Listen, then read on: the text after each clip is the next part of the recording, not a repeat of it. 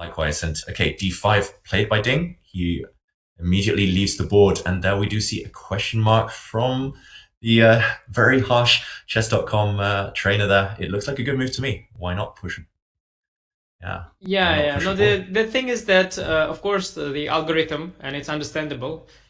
It's probably possible to fine tune actually as well at chess.com. When the eval drops from, let's say, +5 to +3, you can probably change the algorithm that it doesn't show the move as a mistake, because essentially both are winning. At the same time, sometimes, a +3 is less than a +5. So d5 compared to rook b7 is a mistake. But okay, position is still winning. And after thinking for longer, the bar went higher up. It's +4 now. So yeah, even the question mark disappeared. No, d5 is a much more human attempt to win. So the question I have is, so a2 is probably queued up. So after a2, what is the idea? Or is the idea simply that black doesn't have a next move? Maybe that's the idea. You can get the pawn to a2, but no further. The a1 square. Yeah, does he just want to go d6 or not? Is that simply the idea? Just push the d pawn as far as possible? Possibly. I don't see any reply to that for black. The black queen needs to be... sorry, my arrows. The black queen needs to be back in time to g5.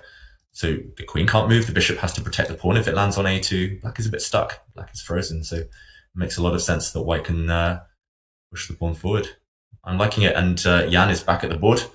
And Anish, how do you think he'll react? I think a2. I think a2. At the end of the day, I don't see how other moves contribute to anything. Okay, he can try to go queen d1, but I think he's reaching for the a pawn, I guess. Queen d1 intending queen h5, but then probably f3 just does the job. No, a2, of course he goes a2. No, in fact, the computer suggests that d6 is not the way.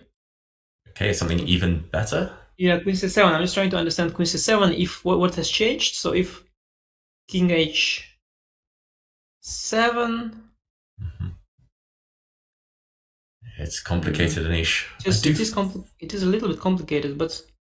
Yeah. I do feel Ding maybe could have found a cleaner way to do this. This feels messy now, at least with the black pawn on a2. We didn't see what next for black. Give him a benefit of the doubt. So it is +4, and it is after queen c7. I think he probably sees it, because he didn't need to go d5. So he probably sees it. I don't see it just yet. Queen c7, king, I think h7, and then if knight f5.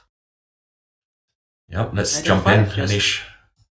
I'm just trying to remember what changed. So why did we play d5? What has changed? You want to break through here, but black has multiple moves. Queen g5, I guess. Doesn't look like much has changed here. About knight. Oh yeah, but knight g7. I thought maybe knight g7 was the idea, but. Maybe knight g7. Maybe I just move my king, and what do you do next?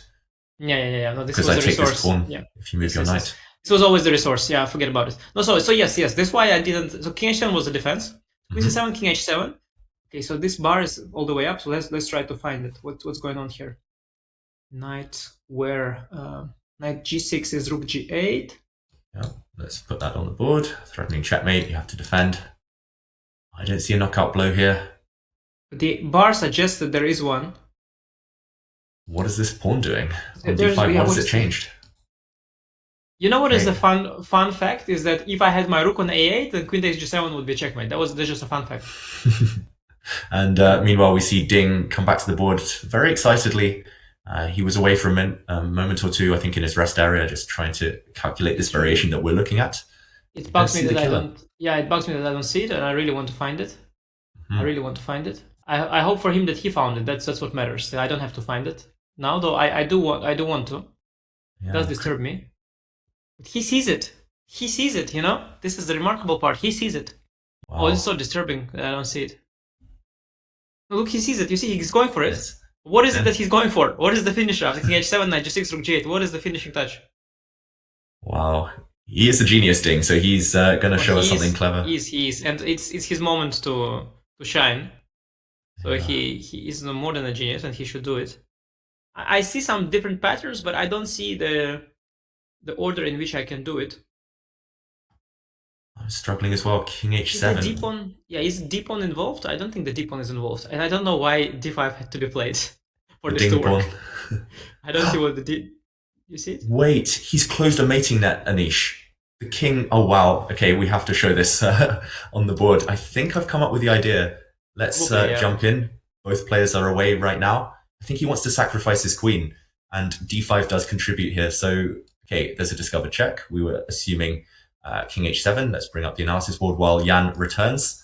And now knight g6. We were saying rook g8, but Anish, queen f7. And I'm going to take this and checkmate you. Oh, that's weird. Look at I this. see. I'm not. This is not my strength. Checkmates. I'm gonna start solving. I'm bad at checkmates. Checkmating patterns. There's a video online also where a bunch of top players solve checkmates. It's just not my strength. It's just very difficult. Oh, this is beautiful. Wow. And So this weird. is why the d4, d5 push contributes. You cover the e6 square, cover the escape square. He saw this, what was it, 5-6 moves in advance. Does Jan see it? Oh, it just didn't occur to me. Oh, d5 takes away the e6 square. Oh, wow, that's a beautiful finisher. Whew. Yeah, I just didn't. Wow, amazing. Wow, that's so beautiful. It reminds me of something, but it's a very difficult position to solve. I'm sure it's difficult. Of course, queen takes g8 and rook a8 is a theme that we all know with the pawn on f7. This I could find. But the one where the king comes to f7 and nonetheless gets mated, that's a very unusual theme. Really remarkable that he, from all the options, he found this one. This is really tough. It's much harder to me than rook b7, rook b8. This is really like, okay, but yeah, maybe it's...